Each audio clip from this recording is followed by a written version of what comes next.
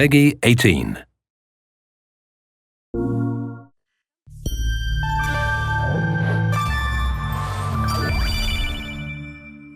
Hi, my name is Colin Graham, and I'm the animation director on Watch Dogs 2. Today we want to give you a look at our free roaming demo and give you a more detailed look at the open world and the Bay Area. This video is recorded from an alpha build of Watch Dogs 2 running on PS4. In Watch Dogs 2, we've expanded our hacking tools to give the players more options. By tapping and releasing the L1 shoulder button, we can do a contextual quick hack on this person. If we want more hacking options, we simply hold the L1 button while focusing on our target. Now we can see that there's 4 contextual hacks available on this car. Using the L1 button in 2 different ways allows the players to have fast access to the most common hacks, but it also opens up additional contextual hacks. This gives the player more hacking options than before. We've also added a NetHack view to the hacking toolkit, which allows you to toggle a digital filter to see the world like a hacker. We can easily pick out hacking opportunities and also pick out strange digital signals and data anomalies that are of interest to us. The orange signal indicates that there's a person whose digital profile has interesting properties for us to investigate. So let's take a closer look. When we're exploring the world, NetHack is a very useful tool to help us identify people or items of interest. It's a really good idea when you explore the open world to use your NetHack and look around because you never know what you'll find. We can hack into his phone and read his text messages to get a clue about what's happening. As a hacker, it's really easy for Marcus to get someone's personal information.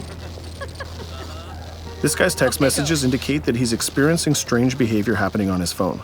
He seems to think that it happens every time he comes to this exact area. Let's see what our DedSec teammates think about these strange signals. That felt like a rock star pose. Found something weird. Sweet. Get a picture. No, I mean, my MC catcher detector is going off. We really need to find a better name for that. Why? That's the technical name. My stingray sniffer tells me somebody's leeching data off of people's phones below. Looks like the data's going to Coit Tower. See? Weird. Weird indeed. Marcus has detected that there's an illegal stingray box deployed somewhere around Coit Tower. We now have access to a new DedSec operation, and we can track it with our DedSec app. You can do any operation you want in the order that you want as long as you've discovered it and it's in your DedSec app. With the NetHack, we can see the stingray box is deployed all the way on the top of Coit Tower. But since the tower is closed, we're going to have to find another way to reach it. Hey, you still have a little on your nose. In Watch Dogs 2, Marcus has some custom-built toys to play with, so we can just deploy our quadcopter and fly it to the top. Coit Tower is an iconic landmark known for its great view. From here, you can see the whole city is accessible. You can visit landmarks like Sutro Tower, you can explore Golden Gate Park, or take a drive across the bridge to Marin. You can sail the bay on a sailboat, or you can visit Alcatraz, or maybe take a selfie with the sea lions on Pier 39. You can also travel across the Bay Bridge to Oakland, or take the freeway south to Silicon Valley. You can also take your time and explore San Francisco's diverse neighborhoods like Chinatown, Castro, or even the Tenderloin. With the drone, we can easily hack into the stingray box and track its source. This one is operated by Greystrom, who are illegally installing these boxes all across the city. The open world is full of opportunities like this DedSec operation. All you have to do is explore the environment using NetHack and the profiler to find them all.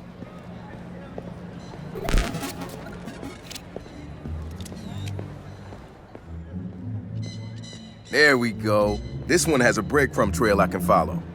Nice. Where's it go? Looks like Greystrom set up a warehouse out by the piers. You wanna bet I can find some shady shit in there? Definitely some shady shit in there. We can open our smartphone and select the DedSec app to track this operation. We use the DedSec app to manage all of our activities in Watch Dogs. We can see the objectives on our map, and it's not very far, so we can drive there pretty quickly. The Noodle Map app can be used to locate different landmarks and areas of interest. The entire Bay Area is yours to explore from the very beginning of the game, so you don't need to unlock anything. There's also a shop on Pier 39 where we can customize Marcus's outfit, and there's some other open world activities we can check out along the way too. Let's take this car and head down to the waterfront.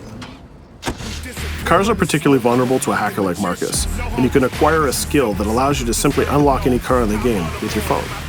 One of the biggest feedbacks we got from the fans after the first Watch Dogs game was about the driving.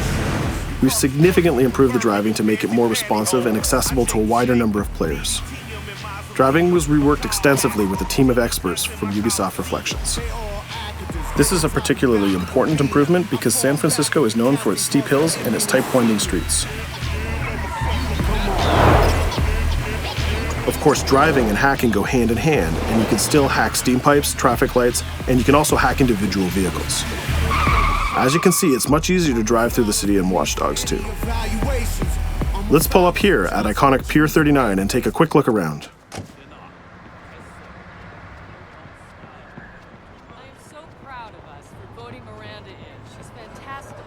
Up ahead is a clothing store, so let's go give Marcus a new look. Each clothing store has the style of the people who live in that area, so as you travel around the world, you can start to build a wardrobe that's as diverse as San Francisco itself.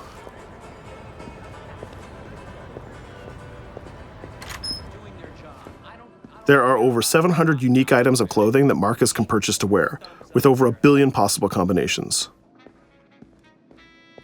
We can go into the fitting room menu and browse a selection of items found in the store. Let's start by switching up Marcus's jacket.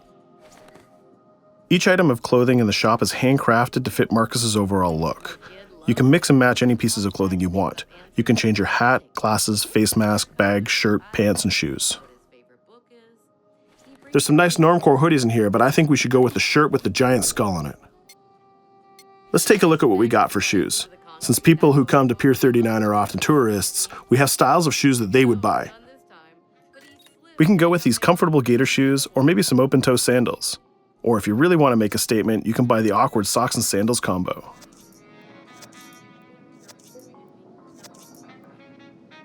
In the end, though, I think we should go with Stars and Stripes Chucks. We could really stay here all day trying on clothes, and each store has a wide variety of clothing options, so you can really make Marcus look the way you want. From biker leather to hip-hop, from pinstripe suits to tie-dye tank tops, you can really craft the look that's unique to you. In Watch Dogs 2, you manage your activities from your smartphone. There's an app shop, a media player, the DedSec app, and a research app that allows you to develop new skills. Let's take a look in the app shop to find the ScoutX app. San Francisco is full of iconic landmarks, so as you explore the world, you'll find new ScoutX objectives in the app. Once we've installed it, we can find nearby landmarks and go check them out. When you visit San Francisco, there's so many great landmarks to visit. The ScoutX app will be like your tour guide in Watch Dogs 2. We're right near the crab statue on Pier 39, so let's go to that one right now.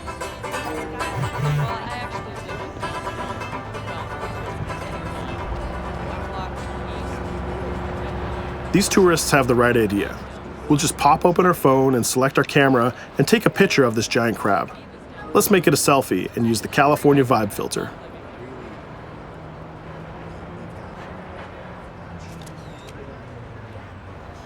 What's that? Uploading the photos to the ScoutX app will give you more followers, and you'll need those followers to progress through the game. So we had a look around and we bought some new clothes, but let's get back on track and head to that next pier, and we'll take care of that stolen data at the Greystrom site.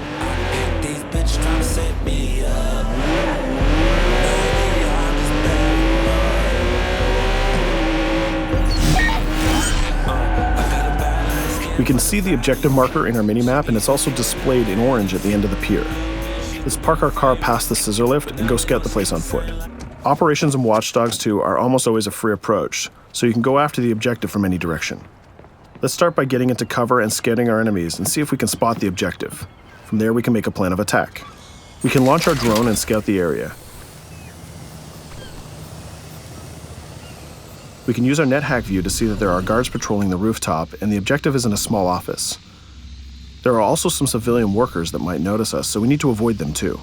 In the NetHack view, we can see that the door is electronically locked, but it can be bypassed by a junction box on the lower level. The connection is shown in a red line. Unfortunately, that box is protected by an armed guard and an attack dog. So we'll probably have trouble if we try to sneak past the dog in person, but luckily Marcus has another toy, which is the RC jumper. This little guy is small and much harder for enemies to detect. The RC jumper is another DedSec gadget that gives Marcus a different way to approach obstacles in the layout. The RC jumper has this cool little robotic arm that's been hacked into the body. This allows him to physically interact with objects and allows Marcus to stay safely hidden. Now the junction box is unlocked and we can open the door upstairs.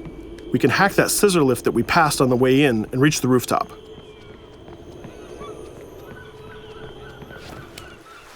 By hacking into the OS of the scissor lift, Marcus can take remote control of it. Not only can you raise it up and down, but you can actually drive it around anywhere you want in the world.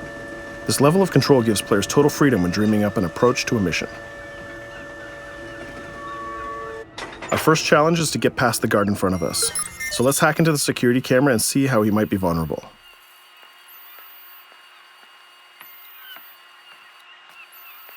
There's an industrial air conditioner unit that we can hack. We can set it to explode when the guard comes close, and we can hack it to attract the guard with a strange noise. The guard will go investigate the noise and walk straight into the trap we set. Shit. Does anyone know first aid?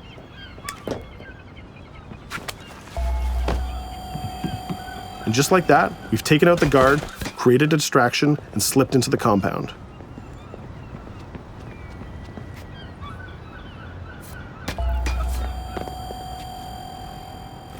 A more direct way to neutralize a guard is to use the non-lethal stun gun. Marcus has an array of non-lethal tools and techniques, and you can complete the entire game without actually killing a single enemy. Since we already unlocked this door with our RC jumper, we can just quick hack it to open it. Now we're in the room, we just need to install one of our custom DedSec boxes into this Bloom terminal, and we've completed our final objective. All that's left to do now is escape undetected. Each operation we undertake will give us more followers. More followers will allow you to take on even bigger operations. So let's get off this pier and explore a little bit more.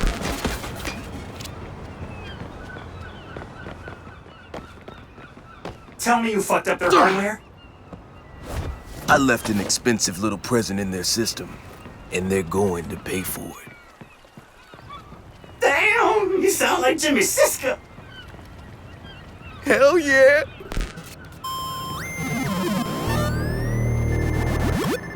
Up ahead, we'll notice there's another player hanging about. He's easy to spot because of the purple icon and the gamer tag over his head. In Watch Dogs, your game session can be seamlessly merged, and you will often encounter other players exploring the world just like you. This guy looks really friendly. We have an opportunity to join up and form a co-op party, so let's send him an invite.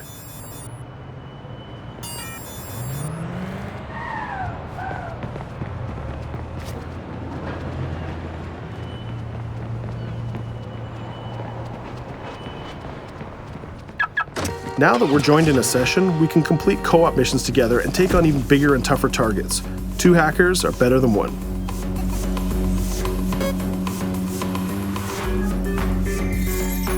We're gonna head across the bay to Prescott, which is in North Oakland, to infiltrate a gang lair. We can get there by driving across the Bay Bridge together.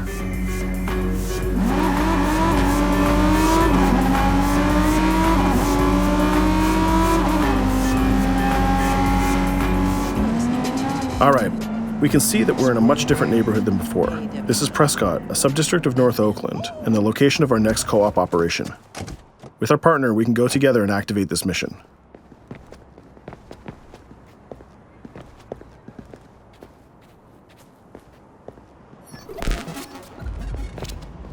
Marcus, we have operations popping up everywhere. Some of them are 2 hacker jobs. Where you need me? Sending you the coordinates. And Marcus, it works both ways. When you need help, fire off a call and we'll send someone your way for the assist. This area is a free approach, so we can tackle it any style we want. Since we're now 2 hackers working together, we'll cover our partner from the sky and help him out with some well-timed hacks. We can distract this guard by hacking his phone, and our friend will take him down very stealthily. We'll continue to scout the area and find more lookouts, like this gang member on the rooftop. You can automatically tag them, and once they're tagged, both players can see them. Our partner is going to sneak up on the rooftop and take out this guard, and we can help him with some well-timed hacks. If we use a contextual hack on this transformer box, we can attract the guard. Our partner has an easy shot with his stun gun from that distance.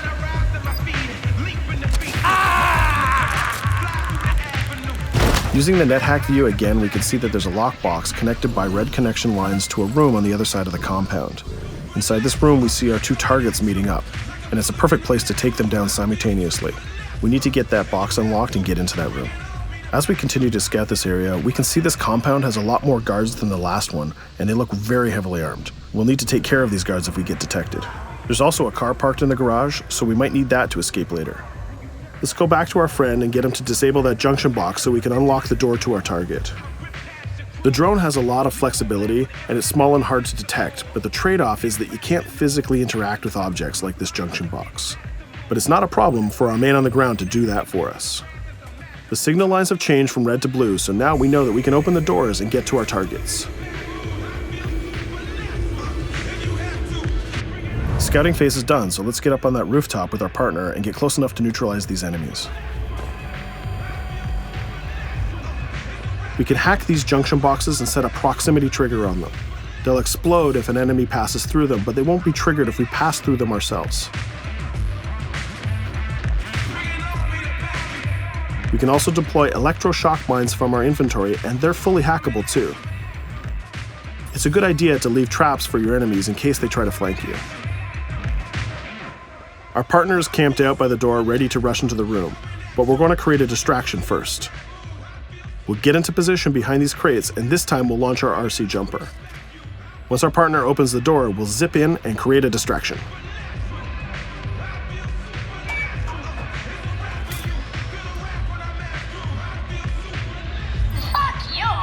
Our jumper has another feature too. It can launch foul-mouthed taunts and make people angry. Now's our chance. The gang leaders are distracted, so let's rush the room. This guy was pretty tough, but getting a thunderbolt to the face will ruin his day. Now we have his cell phone and all the evidence that we need. We just need to plan a way out of here. We can switch back to our quadcopter, which is hovering where we left it, and take a look at what's going on from the sky. We can see one of the guards is rushing up the stairs to help his boss, but our partner has that door covered with his DedSec rifle. There's another guard on the ground level who's alerted to our gunfire, so let's use a contextual hack on him. We've changed his profile to make a rival gang think that he's a police informant. The rival gang will come to this compound and take care of him for us. Things are heating up, so we're going to have to improvise a little bit.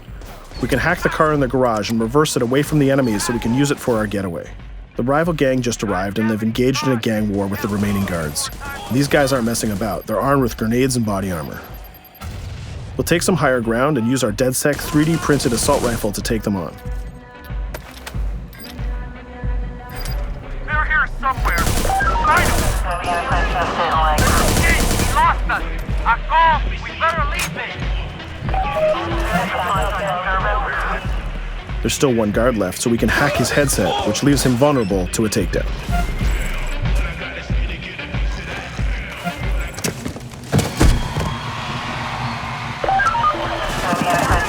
Let's take our stolen ride and get out of here before cops show up.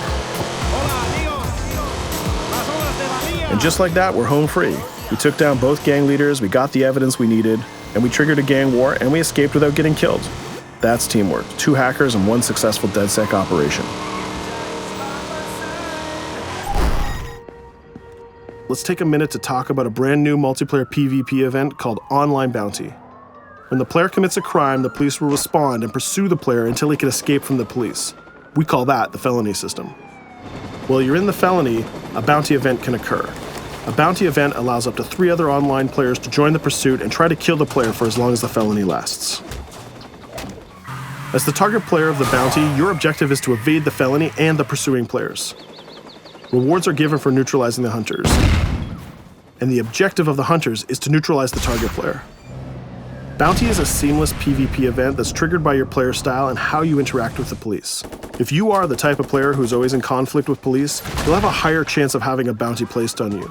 But if you can neutralize the hunters, you'll get additional rewards.